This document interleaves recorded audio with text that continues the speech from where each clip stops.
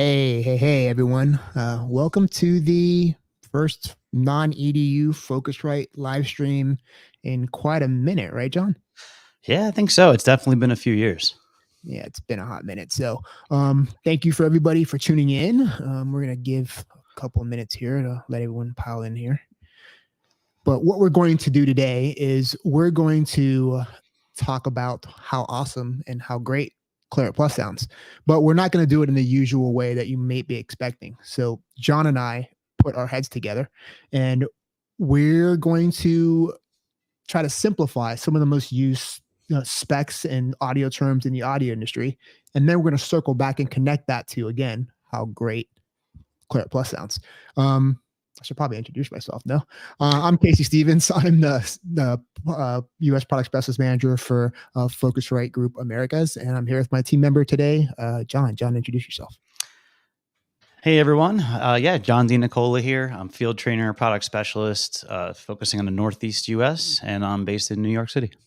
And myself, I'm based in sunny Miami, although it's pouring outside right now. So, but yeah, again, this is a Clarett Plus stream, but we thought it might be a good idea to just kind of get everybody on the same page about what some of these specs and terminology means, so they can understand, how these specs and the terminology relates to how great Clarett Plus sounds. So I think with that, we can go ahead and get started. No, John?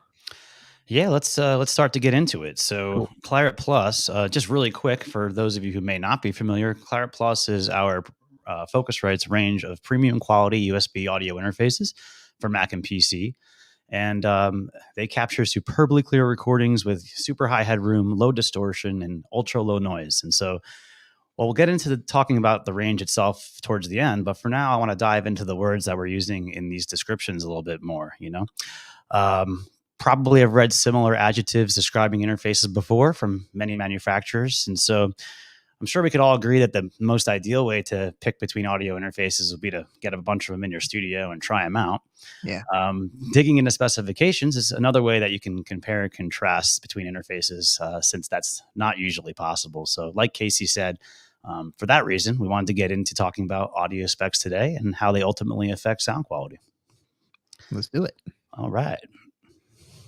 So the first thing I want to talk about right off the top is decibels. So many of the measurements we're going to be talking about today, measurements that you'll find on the back of the box of audio interfaces from both Focusrite and other manufacturers.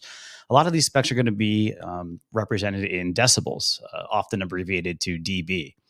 And so a decibel is a unit that expresses the ratio between one value and a second previously determined value using a logarithmic scale as opposed to a linear scale. And what's nice about this is that it allows us to express, using simple numbers, it allows us to express values that would otherwise require many more digits. And then it also represents how the human ear perceives sound. So something that I really want to point out, how powerful that this particular slide is that when you think about decibels and you're thinking about increasing, from 1 decibel to another, you think it's just a very linear increase. But if you think about something like, the difference between 10 dB and 20 dB, it's not just adding, 10 to the previous 10 of the 10 dB. You're actually multiplying 10. You come up with the number of 100, which is expressed there in the power ratio on the slide. And if you pay attention to the slide and look at the chart, you can get a rough idea of how, decibels are actually exponential and not linear.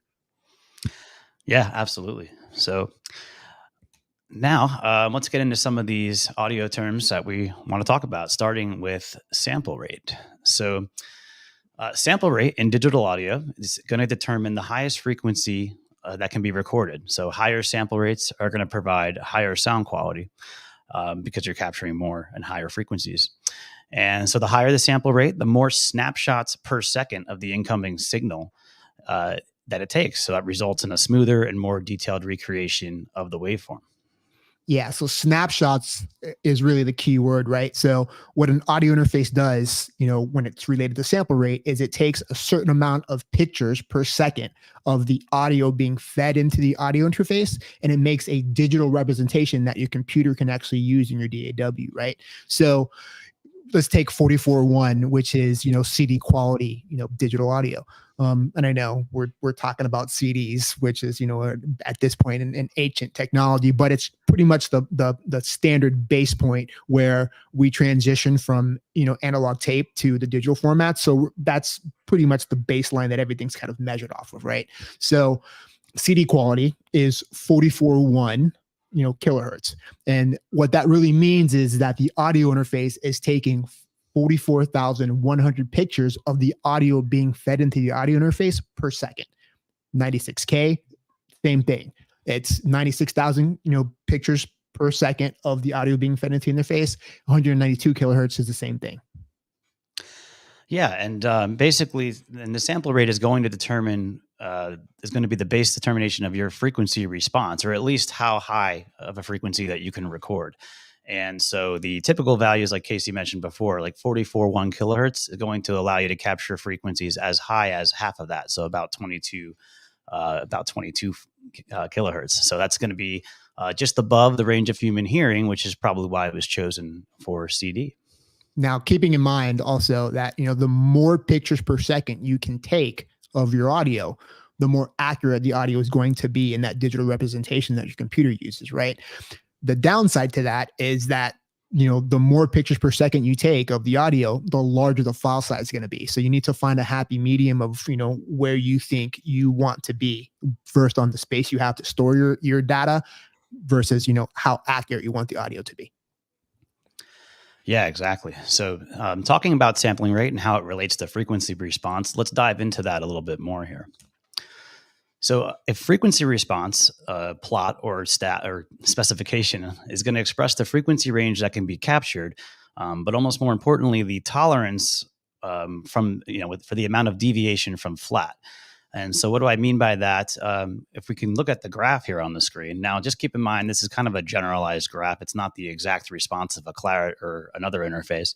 But what we're talking about here is you can see how right below 20 hertz is kind of, on the extremes, it's kind of rolling off there. But for the range of human hearing, the lines are all pretty much right along that zero, or actually in this graph, it's -10, but they're not really deviating a whole lot from that, from that point.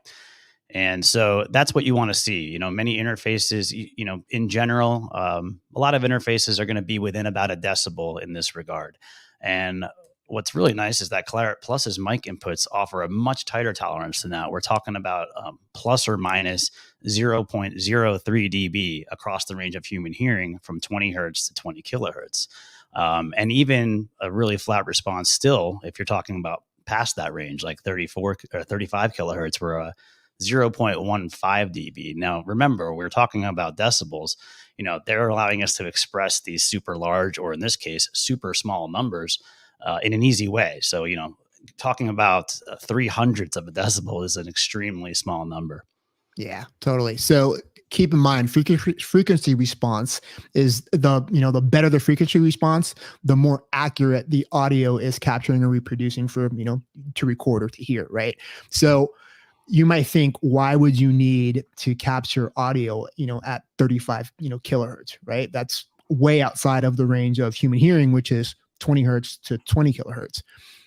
The best way I like to explain this is, if you've got a car that is capable of doing 200 miles per hour or, kilometers, depending on where you are, that's awesome. That means it can operate at a really, really high level. So when it's operating at, 50 miles per hour, or kilometers, depending on where you are, that it's, working not so hard and that it's achieving 50 miles per hour or kilometers in very simply and in a very accurate way. So if you take the car and relate that to audio, if the audio interface can capture that high outside of the range of human hearing, then that the audio within human hearing is as accurate as we can get it to be.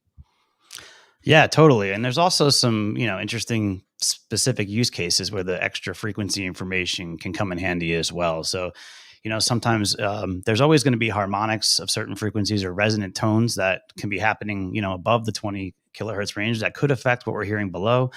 There's also, special scenarios where maybe if you're recording samples or audio that you're planning to use in sound design, and maybe you're going to be speeding or slowing things down, having that extra frequency response information can be super helpful. Yeah, totally. So before we move on, we got a good question here from Richard, who was asking about the Scarlett and the maximum frequency response on Scarlett. And it brings up an interesting point, because Scarlett and Clarett both support sample rates of up to 192 kilohertz, and you'll find a lot of interfaces that do so. And so then when you're looking at that spec and it's the same, the next thing to look at is what we were just talking about with the deviance from flat, right? And then maybe how far out it goes.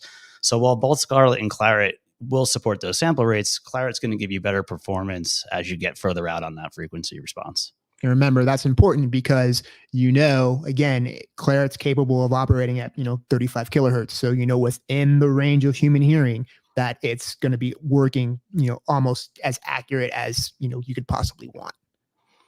Exactly. And then one other thing before we move on, Adam's asking, in general, what puts Clarett above Scarlett? And really, it's about the audio quality. And Scarlett sound great, but Clarett's you're just able to provide sound that's that much better. And it kind of relates to the specs that we're talking about here. Yeah. So, all right, great. Some great questions so far. So that takes care of sample rate and frequency response, which all has to do with kind of the pitch of the sound. And so now we're going to move on to bit depth, and that's going to relate to the volume or amplitude. And so the bit depth, defines the noise floor or maximum dynamic range, being the difference in loudness between the loudest and the quietest sounds that a system can handle. So in the same way that a sample rate, like the higher sample rate, provides more detailed capture of frequency information, the bit depth is going to be doing the same thing for amplitude. Yeah. So this graph that we're looking at is a really great graph, because if you're looking on the x-axis, or going from left to right, you're looking at what's the waveform is representing your sample rate, right? The top, if you're looking on the y-axis, going from top to the bottom or the bottom to the top, we're looking at bit depth. So one way that I like to explain bit depth, when I'm speaking to people out in the field, is take a look at that graph and just imagine it being a room, right? And let's call it a room with a 6-foot ceiling. And you've got a 6'4" person that's going to step into that room. Well, the only way they're going to step into that room for them to fit in there is they have to duck their head, and they have to, crunch themselves and make themselves small, right? Or if they're going to hit their head on the top of the ceiling.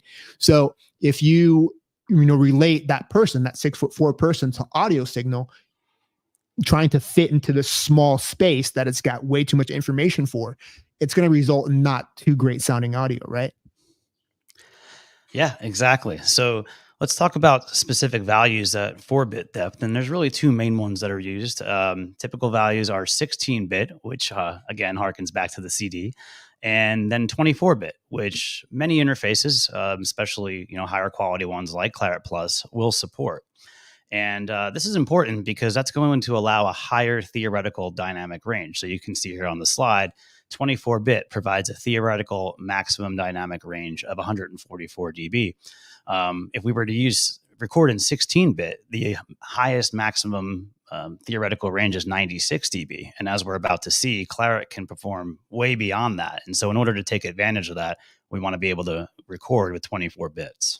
So again, remember, think about that room that I described, right? So the more space you have to capture, the fine details and the nuances, you want to have that, right? Because you want your audio to have room to breathe, and have room to stretch out a little bit.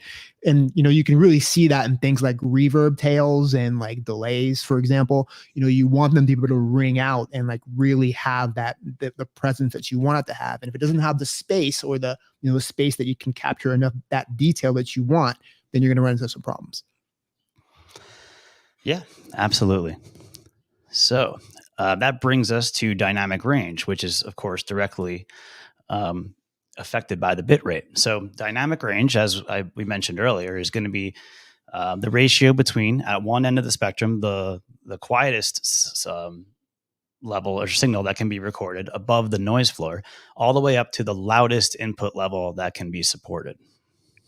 So An inadequate dynamic range is going to force you to set your levels really carefully because you're not going to have as big of a window to fit in there. So, if you set your levels too high, you're going to risk clipping, but then, setting them too low, you're going to be recording not enough signal along with noise. And if you go to boost that up later in post-production, you're going to be bringing all that noise up along with it. Yeah, that's a really good point. So the way I like to explain this, for me, that works the best is when you're recording an orchestra, for example, and you're recording a violinist. So a violinist will bow their strings, soft, in some parts to emote a certain emotion, or harder in other parts to really emote a different emotion, right? So you want to have an interface that can capture the differences between those nuances. So the emotion is expressed on both ends, right? So, if you don't have that, then the differences between the levels that person's bowing aren't going to be as clear and distinct. Yeah, absolutely. And remember, because we're measuring dynamic range in dB here, a few dB here and there can make a really big difference. So definitely something you want to look out for when comparing audio interfaces. Yeah. All right. So now let's talk about a little bit more about noise. And we have a couple of noise specs we're going to get into today. The first one is a THD plus N, and that stands for total harmonic distortion plus noise. And this is a pretty useful metric that we like to use because it takes the two things that we don't want in our recordings, distortion and noise, and measures them together. Yeah. And so that's going to be the ratio. As I mentioned already, the level between the unwanted noise and, of course, the signal. So you can see here on the graph, and in this case, we're sending a 1 kilohertz sine wave into an interface. And again, just like previously, these graphs are just for examples. We're not measuring a particular interface here. But in this example, we have that 1 kilohertz sine wave that's being fed in, and then this is the output. So you can see the sine wave is going all the way up to about pretty much 0 dBFS there. And then we have some noise towards the bottom, but you can see the noise is way down. It's about, and on this graph, it's about minus 140, 150. So if this was an audio interface, it'd be a pretty good performance. Yeah. So here's the thing about electrical components, especially like in an audio interface, for example. Anything that's electrical is going to cause some sort of noise, right? So THD plus N is relates to the part of the interface that captures the audio from the real world and translates that into zeros and ones that your computer can understand, right? That's called the converter. So the idea of the converter is, again, it takes signal from the real world and transmits it into ones and zeros, digital format that your DAW and your computer can actually understand. So the idea about the THD plus N is we again, inherently electrical components have noise because that's just the nature of electricity. So our engineers, as brilliant as they are, they engineer as much noise out of the signal path as possible. So that's how we can come up with the THD plus N that's as low as we can get it. Speaking of that, so let's see how low it actually is. So it's about minus 100 dB. First of all, I should say that you can express THD plus N in decibels, of course, or also as a percentage, which kind of makes sense. So that you're saying that the noise is a certain percentage of the recording. So if you're looking at what you'll see in general out there, maybe minus 100 dB or 0.001% is generally adequate. And Clarett Plus achieves a stunningly good figure. It takes it much further with minus 110 dB on the microphone inputs. So that's a microscopic 0.0003%. So Clarett Plus performing really well in this regard. Yeah, totally.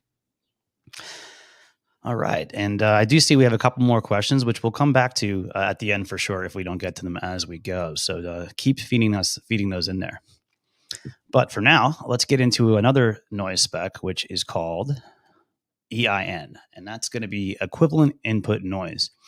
And so this is a little bit different of a measurement because we're talking about this in context of the microphone preamplifier in the audio interface. So, when you're talking about a mic preamp, you're going to be using some kind of an amount of gain or amplification. So that's why this it's important, because anything that you're amplifying, you're going to be amplifying any noise that's in the signal is going to be getting amplified or gained up along with the signal that you want. And so this is a spec that's really useful for looking at mic preamps and can be critical, especially when you're using higher gain with a less sensitive microphone, like a dynamic mic like I'm using right now. The Yeah. So let me jump in there real quick. So again, we got to remember that electrical components inherently have noise associated with them. It's the nature of electricity, right? So this noise spec is related to the mic pre, like John said. So it's the part of the interface that you're actually feeding the audio into before it gets to the converter. So, and just like John said, any form of amplification is going to add an extra layer of noise on top of that. So, and probably right here is probably a good time to, kind of explain, what makes Focusrite, as great as we believe we are. And hopefully you guys believe we are too.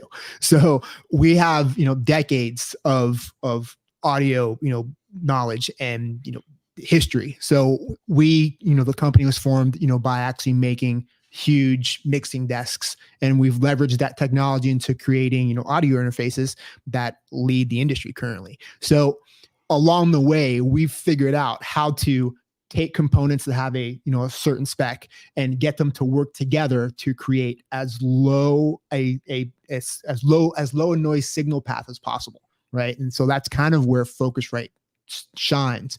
You can get a great sounding, a great component that has a really cool spec and another component that has a really cool spec. And if you don't know how to create the signal path to keep those specs, working great and keeping the noise to a minimum, you're going to end up with a noisy interface. Luckily, again, we've got decades of history and knowledge in doing this, and we do a pretty good job at it.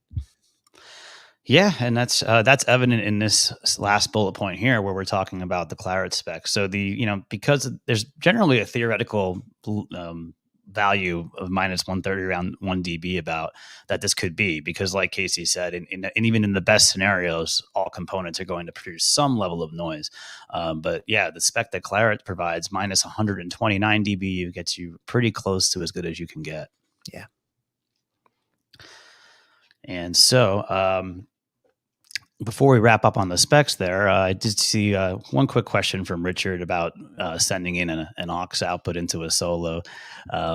Yeah, it definitely can. You probably just want to use but I would convert the XLR to TRS before you plug it in, because that will stop any phantom power from getting into your mixer as a safety thing. But yeah, the inputs on solo can handle line level signals.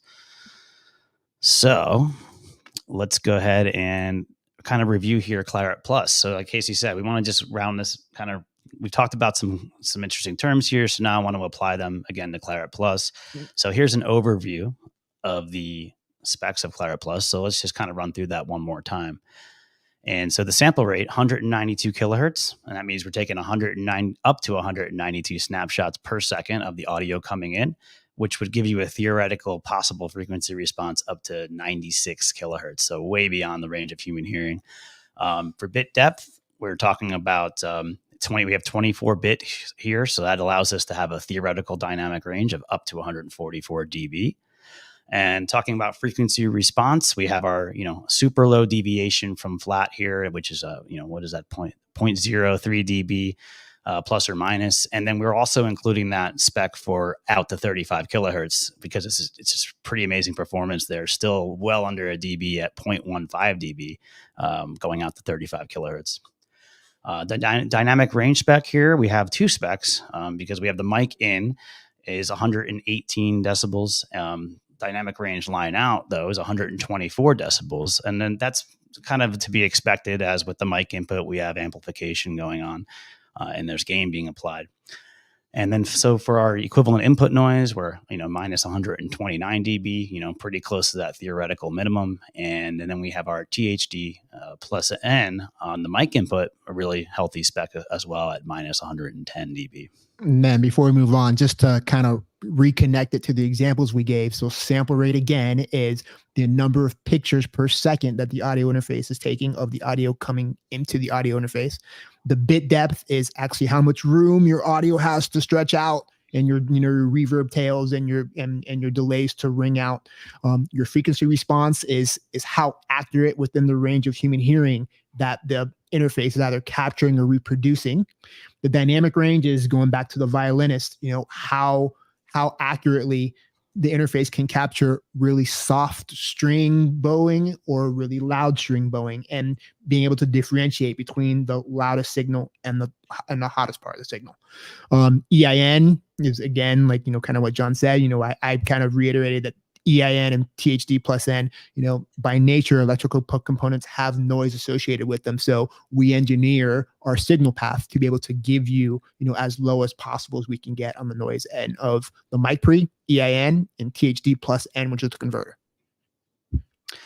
Yeah, absolutely. So that is the the specification side of Clarett Plus. And now we just want to get into a couple other features that help bring Clarett Plus its sound. And so just an overview on mic preamps in general. Of course, as we've been saying, you want your ideal mic preamp is going to add nothing to the signal and take nothing away from it. And a good preamp is going to be able to have an extremely flat frequency response, like we just discussed, to capture your sound as accurately as possible. And an excellent preamp, or higher quality preamp, like what's found in Clarett Plus interfaces, can maintain that flat frequency response all across the gain levels as you go. And so since Clarett Plus's mic preamps are so clean, we also wanted to give you another flavor, and that brings us to the air mode that we include on these inputs. So Clarett Plus's air mode, when engaged, it engages Air's all analog circuitry, which lowers the input impedance and adds 2 cumulative high shelves to model the original ISA 110 mic preamp and transformer, totaling a 4 dB boost in the high frequencies. And the ISA 110 mic pre is actually, of course, from the beautiful console you see behind you there, or on the slide there, and that's the Focusrite Studio console. That was kind of the beginning of the Focusrite brand. Exactly. That was the beginning of our knowledge and our history right there. So Air is one of my favorite features of, Focusrite interfaces, simply because you get 2 choices of what you want your audio to sound like, right? You've got a clean, pristine Focusrite signal path, and then you've got the ability to add some, console sound to it by engaging Air, right? So again, you get to pick and choose, what you want your color to sound like. Air is, air. It adds an airy kind of sound to your audio. And the cool thing about that is you can achieve that open air, kind of mid-high, high-end, openness on the top end of your audio without adding EQ noise. It's all done via the signal path, which is a very cool feature to have. Absolutely. And so, so it's nice to have another flavor of preamp, even though, for sure, for when you don't want things to be quite as clean, but still clean. So we've talked a lot about microphones today, but we also should definitely talk about guitars as well, because we do have instrument inputs on the Clarett range. And so guitars actually have talking about a traditional electric guitar or bass has a really low output level. It's actually, even lower than what a microphone is presenting. And so you need a special circuit to be able to handle that. So we're using JFETs, which is a junction field effect transistor. And that's going to be able to provide the high quality amplification needed to preserve all of the high frequencies of guitars, which have the very low output level. And JFET circuits are actually JFETs are actually found often on the front end preamps of real guitar amps for that reason. Sweet. And so really quickly, we just want to give you a quick overview of the Clarett Plus line. This is kind of the more traditional description of Clarett that we would do. There are 3 interfaces in the range. So we have the 2 pre with 10 inputs and 4 outputs and has 2 mic preamps. We have the 4 pre with 4 mic preamps, but 18 inputs and 8 outputs. And that's because we have the optical ADAT expansion on all these models. So even the 2 pre, that's why it has 10 inputs. You can add up to 8 channels using that last model there, the Clarett Octapre. And we'll get into that more in a second. But we also have the Clarett 8 pre, which is going to give you 8 mic preamps, and then still 18 inputs and 20 outputs, because it has the ability to expand outputs as well as inputs. And then, of course, our Clarett Octapre is a standalone mic preamp. Now, this is a pretty cool piece because you can use it as just standalone analog mic pre if you'd like, but it also has the ADAT optical outputs on it, which means that you can use this to expand a Clarett interface, but you can also use it with another interface. Maybe you have a Scarlett 18i20, and you want to expand it. Not only could you get the extra inputs, but because the Clarett Octopre does the conversion in the box and it's coming out digital, you would still benefit from the quality, the additional quality of the Clarett Plus's converters, whether you're using it with another Clarett interface or a Scarlett or any other interface, which is pretty nice to have. Yeah. And so finally, all Clarett interfaces do have MIDI I/O on them, so you can connect to synthesizers and drum machines and send MIDI information to and from those. And that also gives you a nice look at the back of the Clarett 2 Pre there. And then we also, as I mentioned, all three interfaces in the Clarett range have these optical inputs, at least inputs, which allow you to expand the amount of microphones. And then you're also looking at, right now you're looking at a Clarett 8 Pre. So that also allows you to expand the outputs using the same device, the Clarett Octopre. Yeah. So I believe that was it. We wanted to keep this pretty concise since we're talking about some, a lot of numbers and things like that. But definitely appreciate you all hanging out and nerding out with us a little bit here. Yep. And I'm going to take a look here and see if there's any questions we can answer. Yeah, I'll jump in too. I've been listening to what you were saying instead of looking at the questions. So I like this one from Adam. I don't necessarily have the answer, but he's asking what quality comes out of a computer's, like a typical built-in stereo, 1/8-inch jack out of your computer. Like, what would some of the specs be on that? And I don't know offhand. That would have been a fun thing to include. I can only imagine that for the most part, they're not going to be anywhere near as good as what we're talking about here. But that's something I'm going to go dive in that and look at later for sure. Yeah, that's definitely a good question. I'm not 100% sure on that. But there's definitely, there's for sure there are going to be better specs on a pro quality audio interface than you're going to get, natively in a computer. In general, what puts from Adam Fenton, what puts the Clarett above the Scarlett? And this is a loaded question here. So, to be perfectly honest with you, we've done a great job on the Scarlett 4th Gen at actually increasing the specs across the board on that. But there still are some spots where the Clarett shines. So, for example, the dynamic range on the line outputs of the Clarett is one spot, where we perform better than it does on the Scarlett. And that's important, again, because if you're doing like really intricate mixing and you want to make sure that, everything is set exactly where you want it to be, the Clarett is going to give you a little better representation of those loud and soft signals when we're talking about dynamic range. So that's definitely one spot. Another place is that the air mode on the Clarett is slightly different than it is on the Scarlett. So on the Clarett, the air mode, on the Clarett Plus, the air mode actually models the mic pre and the transformer from the ISA 110s, where on the new 4th gens, the air mode only models the mic pre, although on the Scarlett, there is another stage that adds saturation on the top end. So it gives you a slightly different flavor. But if you want something that's a little bit more true to the classic ISA 110 signal path, you'd probably want to go with the Clarett. Anything else to add there, Ben?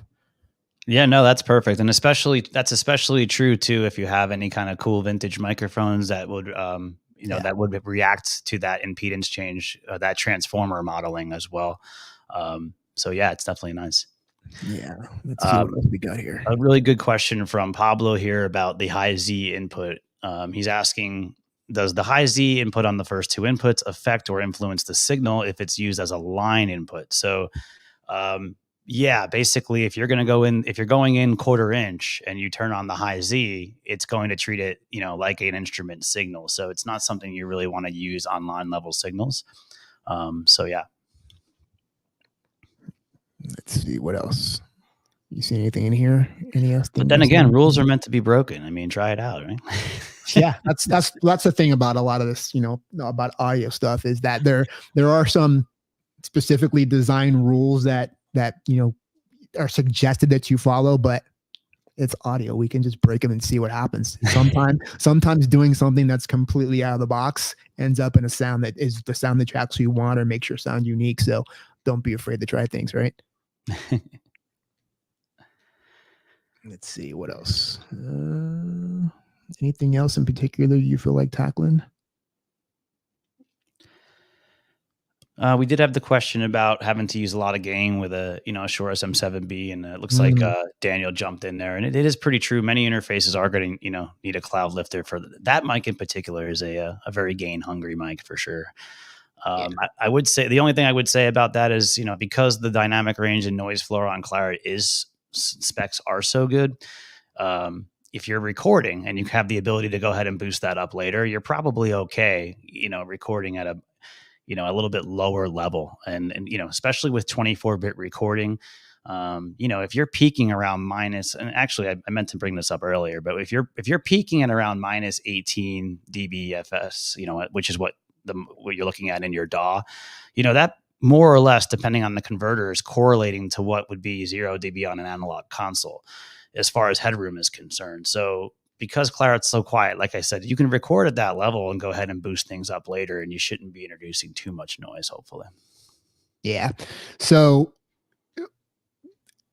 understanding that there are certain microphones that require a little bit more juice. We are constantly looking to always improve, what we do and how we do it. So, the Scarlett has actually made some pretty great strides at actually, adding more gain for some of those, hungry microphones, right? So you kind of have to look at, what the benefits for either the Clarett Plus range or the Scarlett 4th gen range are for you, and make your decisions based on that and what you want to purchase, right? Yeah. And I'm feeling pretty good with what we got in there. John, you want to call it? Yeah, we can. I just saw, I see that Adam's just asking about like when you're playing back really high quality audio and what monitor specs you should look for. And I don't want to dive into this too much. Maybe our friends over at Adam Audio would love to talk about this, I'm sure. But it's kind of the same idea. You want to look for, I know some of our higher end Adam monitors technically have response beyond the 20 kilohertz, for example, for the same reasons we were discussing though. So yeah, I would just say kind of look at the same. It's a lot of the specs are going to be the same, especially frequency response. But yeah, anything to add there, Casey? Yeah, to piggyback on that, speaking about Adam, both the T series and the A series can both reproduce audio outside the spectrum of human hearing. So again, what that means is that within the spectrum of human hearing, you're not getting that distortion that you may get if you're really pushing and overloading a pair of speakers or monitors to the high end of where they can perform, right? So it gives you being able to perform outside the range of human hearing, gives you that leeway and wiggle room that within the range of human hearing that it's going to be as accurate as we can get it. Totally, especially when we're talking about like physical characteristics, like a speaker. That the car analogy I think applies even more in that case that we were talking about earlier. If your car can go 150 miles an hour, it's going to be that much smoother at 75, kind of deal, right? Exactly. All right, I'm feeling pretty good with where we are. So with that, we're going to bid you all adieu, and thank you all for joining. We appreciate it, and hope we provided some information that might be useful for you down the road. And that when you're looking at some of those specs, maybe some of those things that I threw out there will pop in your brain, and you can picture that room for bit depth or whatever else I said in here. So thanks for joining. We appreciate it. And everyone have a good day or evening, depending where you are. So thanks. Yeah. Thanks everyone.